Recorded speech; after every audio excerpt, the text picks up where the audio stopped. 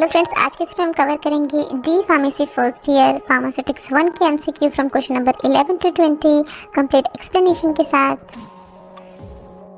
Question 11 में देखिए, dash मतलब आपसे पूछा इनमें से कौन सा सिस्टम एम्प्लॉय किया जाता था, यूज़ किया जाता था पुराने ज़माने में वेट एंड वॉल्यूम मेजरमेंट्स के लिए। जैसे अभी आजकल के ज़माने में वेट को किस में मेज़र किया जाता है, किलोग्राम में, ग्राम में, वॉल्यूम को मिलीलीटर, लीटर।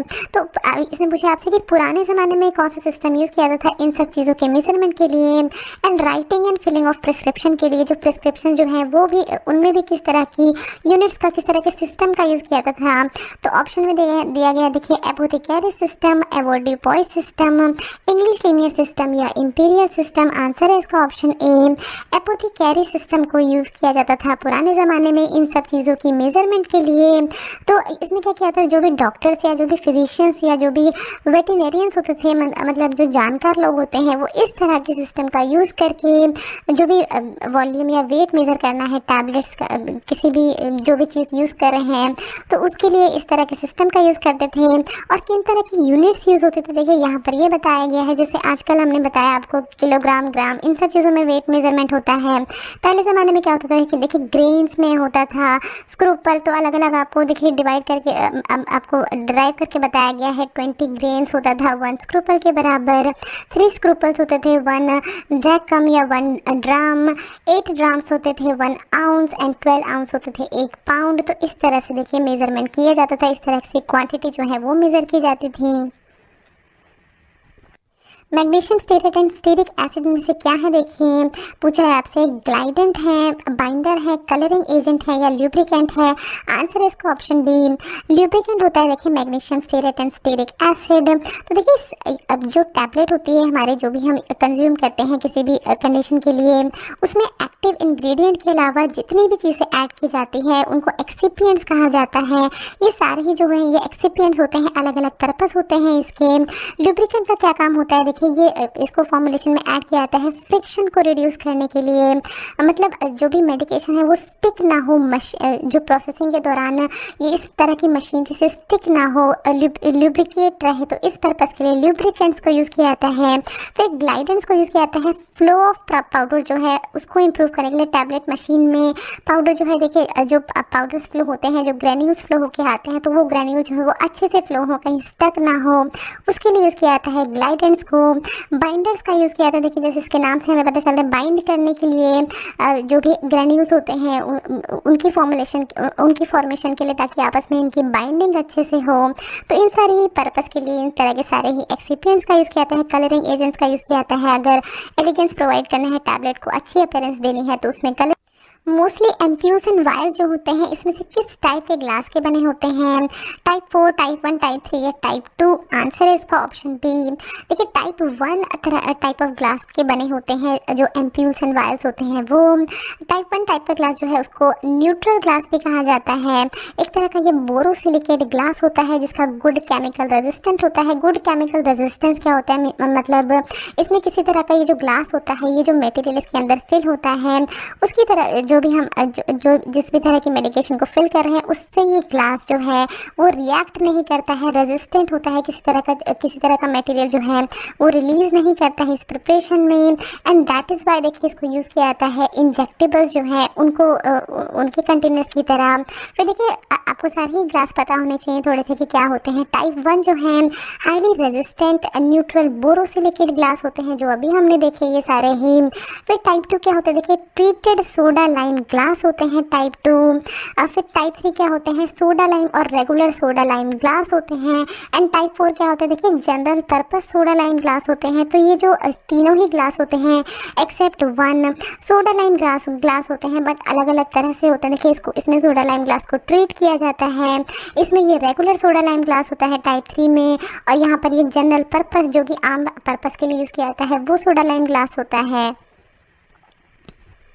डिसइंटीग्रेशन टाइम पूछा है आपसे, देखिए शुगर कोटेड टैबलेट्स का कितना होता है, 60 मिनट्स, 45 मिनट्स, 20 मिनट्स या 15 मिनट्स। आंसर है इसका ऑप्शन ए 60 मिनट होता है। देखिए 1 घंटा होता है disintegration time sugar coated tablets का। शुगर कोटेड टैबलेट क्या होता है, देखिए इस तरह की शुगर कोटिंग की जाती है उसके एक्सटर्नल पार्ट पे।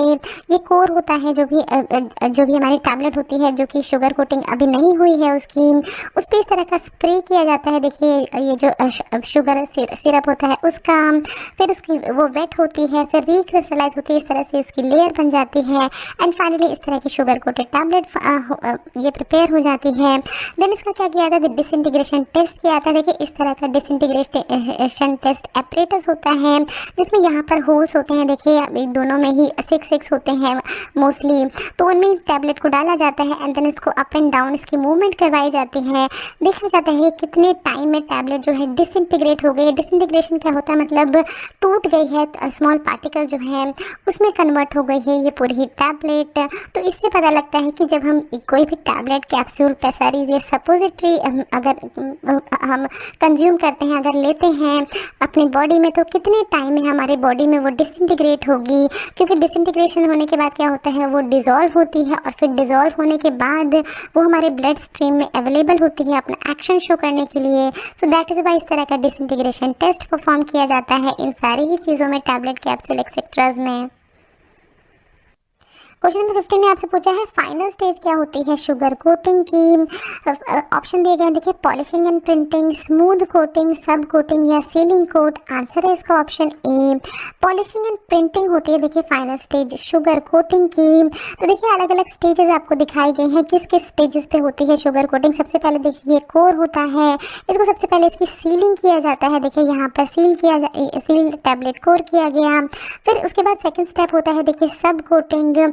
थर्ड स्टेप होता है देखिए स्मूथनिंग, फिर एक स्मूथ लेयर फॉर्म की जाती है टैबलेट के अराउंड। देन उसके बाद यहाँ पर आता है देखिए कलर किया जाता है टैबलेट को। फिर देन नेक्स्ट होता है पॉलिशिंग और फिर लास्ट में होता है प्रिंटिंग। प्रिंटिंग में क्या किया जाता है, जो भी मोनोग्राम्स या कुछ भी अगर प्रिंट करना है टैबलेट की सरफेस पे, तो वो किया जाता है। प्रिंटिंग के बाद जो है टैबलेट चली जाती है फाइनल पैकेजिंग के लिए। तो क्या पर्पस होता है, देखिए इस तरह का ये शुगर कोटिंग पैन होता है जहाँ पर स्प्रेइंग गन होती है, यहाँ टैबलेट्स रखी जाती हैं और यहाँ पर स्प्रे किया जाता है जो भी शुगर सिरप होता है उसको। यहाँ एयर इनलेट की जाती है और यहाँ पर मॉइस्ट एयर को आउटलेट प्रेजेंट होता है। तो बेसिक पर्पस होता है शुगर कोटिंग का, जो भी इनसाइड ड्रग है जो कि कोर में प्रेजेंट है उसको प्रोटेक्ट करना एक्सटर्नल एनवायरनमेंट से। क्योंकि देखिए इतने सारे जो लेयर्स लगा दी गए हैं इस पर, तो जो ड्रग जो है वो ऑक्सीडाइज होने के चांस कम होते हैं।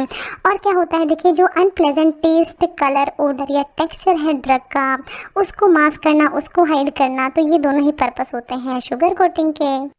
Temperature use for sterilisation of vaccine आपसे पूछा है कितना टेम्परेचर यूज़ किया जाता है वैक्सीन को स्टेरलाइज करने के लिए। अलग अलग डिग्रीज दिए गए हैं देखिए 71 to 72, 55 to 65, 61 to 62, 40 to 41 degree Celsius. Answer है इसका ऑप्शन बी। देखिए 55 to 65 डिग्री सेल्सियस का टेम्परेचर जो है वो रिक्वायर्ड होता है वैक्सीन को स्टेरलाइज करने के लिए। कहाँ किया जाता है इसका स्टेरलाइजेशन, देखिए ऑटोक्लेव में किया जाता है। इस तरह का ऑटोक्लेव होता है जिसको स्टीम स्टेरलाइजर के नाम से भी जाना जाता है, क्योंकि यहाँ पर जो भी प्रोसेस होती है इसके इनसाइड वो किसके थ्रू होती है, वो स्टीम अंडर प्रेशर, स्टीम भी सप्लाई किया जाता है और प्रेशर क्रिएट किया जाता है इसके अंदर स्टीम के द्वारा, जिसके थ्रू क्या होता है जो भी प्रिपरेशन इसके अंदर रखी है उसमें अगर किसी भी तरह का बैक्टीरिया, वायरस, फंगस या उसके स्पोर्स प्रेजेंट हैं तो वो किल हो जाए। तो देखिए इस तरह से यहाँ डोर होता है, यहाँ के इसके थ्रू जो भी प्रिपरेशन है उसको रखा जाता है। यहाँ पर ये परफोरेटेड शेल्फ होती है। परफोरेटेड शेल्फ मतलब इसमें थोड़े थोड़े देखिए ये स्क्रीन जैसे थोड़े थोड़े छेद होते हैं इसमें। फिर क्या किया जाता है, यहाँ पे स्टीम जैकेट के थ्रू स्टीम जो है उसको सप्लाई किया जाता है। ये स्टीम जो है ये देखिए पूरा ही तरह का ये स्टीम चेम्बर में आके इसने क्या किया, जो भी बैक्टीरिया, फंगस है उसको यहाँ से किल कर दिया और जो एयर जनरेट हुई है वो यहाँ एयर आउटलेट के थ्रू ये यहाँ से बाहर निकल जाती है। तो इस तरह से पूरा ही प्रोसेस होता है ऑटोक्लेव के अंदर। क्वेश्चन नंबर 17 देखिए, when the cross section of the tablet comes of, उसको क्या कहा जाता है? क्रॉस सेक्शन मतलब देखिए इस तरह से कुछ पार्ट जो है टैबलेट का ऊपर की तरफ से क्रॉस सेक्शनल वे में अगर बाहर आ जाता है तो उस प्रोसेस को क्या कहा जाता है? स्टिकिंग, चिपिंग, पिकिंग या कैपिंग? आंसर है इसका ऑप्शन डी। देखिए इसको कैपिंग कहा जाता है जब इस तरह से क्रॉस सेक्शनल वे में टैबलेट का इस तरह का पार्ट जो है वो बाहर आ जाता है, डिफेक्टिव टैबलेट जो है वो फॉर्म हो जाती है इस तरह के केस में, तो इसको कहते हैं चिपिंग। इसमें यूजुअली ये तब होता है जब टैबलेट जो है ये यहाँ से डाई से देखिए कंप्रेस हो गई है और जब डाई से इजेक्ट होने लगी है तो किसी कारण से क्या है इस तरह का इसका पार्ट आउटसाइड आ जाता है और कैपिंग फॉर्म कर देता है। दूसरी जो टर्म है देखिए वो है इसमें पिकिंग।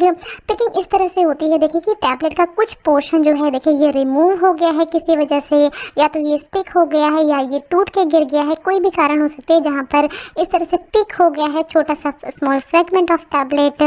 फिर होती है देखिए टर्म चिपिंग। चिपिंग में इस तरह से देखिए टैबलेट की जो सरफेस है ये आउटर कॉर्नर्स हैं ये इस तरह से श्रेड हो गए हैं, झड़ गए हैं आप कह सकते हैं किसी वजह से, या तो कोटिंग प्रोसेस के दौरान या कोई भी इस तरह की प्रोसेस जिसमें ये इजेक्ट हो रही है, किसी भी प्रोसेस के दौरान इस तरह का इसका जो आउटर सेगमेंट है ये श्रेड हो गया है, झड़ गया है, तो उसको कहते हैं हम चिपिंग क्योंकि चिप्स निकल गए हैं। एंड देन लास्ट होती है स्टिकिंग।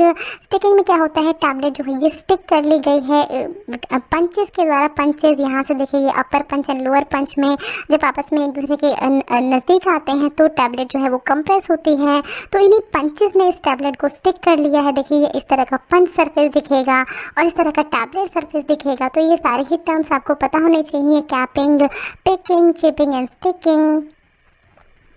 क्वेश्चन नंबर 8 में देखिए अनइक्वल कलर डिस्ट्रीब्यूशन जो होता है टैबलेट पे उसे किस तरह का डिफेक्ट कहा जाता है? इसमें से देखिए मोटलिंग, कैपिंग, लेमिनेशन या स्टिकिंग? आंसर है इसका ऑप्शन ए, मोटलिंग कहा जाता है। मोटलिंग कहा जाता है देखिए इस तरह के डिफेक्ट को। देखिए 3 कारण होते हैं जिससे इस तरह का डिफेक्ट होता है। एक होता है देखिए एक्सिपिएंट रिलेटेड। एक्सिपिएंट में है कि जो भी डिफरेंट हमने बताया था एक्सिपिएंट्स बहुत सारे जैसे binding agent, colouring agent, lubricants, glidants, बहुत सारे एक्सिपिएंट्स यूज़ किए जाते हैं। तो अगर उनका डिफरेंट कलर है, अलग अलग कलर के हैं वो, और ठीक से उनको मिक्स नहीं किया गया है तो इस तरह के डिफेक्ट होने के चांसेस होते हैं। मोटलिंग इस तरह से देखिए इस कलर डिस्ट्रीब्यूशन जो है वो प्रॉपर नहीं होता है टैबलेट में, इस तरह की टैबलेट फॉर्म होती है। प्रोसेस रिलेटेड होता है देखिए यही हमने बताया देखिए कि इम्प्रॉपर अगर मिक्सिंग की गई है ग्रैन्यूल्स की, ग्रैन्यूल्स में इस तरह की जो एक्सिपिएंट्स यूज़ किए गए हैं जिनके अलग अलग कलर हैं और उसको ठीक से मिक्स नहीं किया गया है तो इस तरह का डिफेक्ट हो सकता है। या थर्ड कारण होता है अगर डर्ट प्रेजेंट है, अगर कोई मिट्टी या कोई पार्टिकल्स जो है वो प्रेजेंट है ग्रैन्यूल्स में, या पंच सरफेस पे पंचेस जिसके थ्रू टैबलेट जो है वो कंप्रेस की जाती है, अगर उस पर कोई डर्ट प्रेजेंट है तो इस तरह से अनइक्वल डिस्ट्रीब्यूशन हो सकती है जो भी कलर होते हैं उसके। टैबलेट्स जिनको अंडर द स्किन प्लेस किया था उनको इसमें से किस तरह की टैबलेट कहा जाता है? Enteric coated, implants, film coated tablet या सबलिंगुअल टैबलेट? आंसर है इसका ऑप्शन बी, इम्प्लांट्स कहा जाता है। देखिए इन तरह के टैबलेट्स को बहुत सारे स्टेरॉइड्स जो होते हैं उनको इस तरह से इम्प्लांट किया जाता है, अंडर द स्किन एक छोटा सा कट लगाया जाता है और उनको अंडर द स्किन जो है वो रख दिया जाता है जिससे वो अपना धीरे धीरे अपना इफेक्ट शो करें। फिर एंटरेट कोटेड टैबलेट क्या होती हैं? ऐसे टैबलेट जो कि एसिडिक एनवायरनमेंट में स्टमक के डिजॉल्व नहीं होती हैं बट वो इंटेस्टाइन में आके डिजॉल्व होती हैं, जिससे कि इंटेस्टाइन में डिजॉल्व होने से क्या होता है कि लॉन्गर ड्यूरेशन ऑफ एक्शन होता है इस तरह के ड्रग का, क्योंकि इंटेस्टाइन का देखिए सरफेस एरिया ज़्यादा होता है। तो इस तरह के ड्रग को एंटरेट कोटेड फॉर्म में बनाया जाता है। एल्कलाइन एनवायरनमेंट जो होता है स्मॉल इंटेस्टाइन का उसमें ये डिजॉल्व हो जाती हैं। फिल्म कोटेड टैबलेट क्या होती है? बहुत ही ज़्यादा आजकल यूज़ की जाती है। देखिए इस तरह की फिल्म कोटेड की जाती है, जो फिल्म कोटेड सॉल्यूशन जो है को स्प्रे किया जाता है। Waiting, spreading and film adhesion, ये तीनों ही स्टेप्स होने के बाद इस तरह की कोटिंग फॉर्म होती है फिल्म कोटेड टैबलेट्स पे। एंड सबलिंगुअल टैबलेट्स क्या होती हैं? ऐसे टैबलेट होते हैं जिनको अंडर द टंग रखा जाता है। जो कार्डियक जो हार्ट से रिलेटेड टैबलेट्स होती हैं उनको इस तरह से सबलिंगुअल टैबलेट्स के फॉर्म में दिया जाता है। क्वेश्चन नंबर 20 है डाइल्यूएंट्स जो यूज किए हैं टैबलेट फॉर्मुलेशन में, इसमें से कौन सा है? देखिए dicalcium phosphate, lactose, starch या all of the above. Answer है इसका option D, all of the above. So देखिए आप तीन तरह के टर्म सुनेंगे, डाइल्यूएंट, फिलर्स एंड एक्सिपिएंट्स। ये तीनों का ही मतलब एक ही होता है, देखिए अलग अलग नहीं होते हैं। ये ऐसे इंग्रेडिएंट्स होते हैं जिनको टैबलेट्स में ऐड किया जाता है other in addition to the active drug. हमने अभी बताया था एक्टिव ड्रग जिस पर्पस के लिए उस ड्रग को यूज़ किया जा रहा है उसका केमिकल इंग्रेडिएंट उसमें ऐड किया जाता है, और उसके अलावा जितनी भी चीज़ें उसमें ऐड की जाती हैं उनको डाइल्यूएंट, फिलर्स या एक्सिपिएंट्स कहा जाता है। बहुत सारे डाइल्यूएंट जो है देखिए यूज़ किए जाते हैं। मोस्ट कॉमन जो है उसमें होता है starch, cellulose derivative, magnesium stearate जो भी हमने देखा था एज अ ल्यूब्रिकेंट यूज़ किया जाता है। So thanks for watching. Next video में कवर करेंगे D pharmacy first year pharmaceutics 1 के MCQ from question number 21 to 35 with complete explanation. So friends अगर आपको ये वीडियो अच्छी लगे तो वीडियो को ज़रूर लाइक कीजिए, शेयर कीजिए अपने फ्रेंड्स के साथ। हमारे चैनल को प्लीज़ ज़रूर सब्सक्राइब करें, हर वीडियो आप तक पहुँचाने में हमें बहुत मेहनत करनी पड़ती है, तो प्लीज़ सपोर्ट करें चैनल को सब्सक्राइब करके। सब्सक्राइब कर दो यार, आप नहीं चाहते कि आपका देसी भाई भी आगे बढ़े? हाँ भाई मानते हो ना, तो आप सब्सक्राइब कर देना और उस लाल कलर को बटन को दबाने के बाद उस घंटी बटन को भी दबा देना।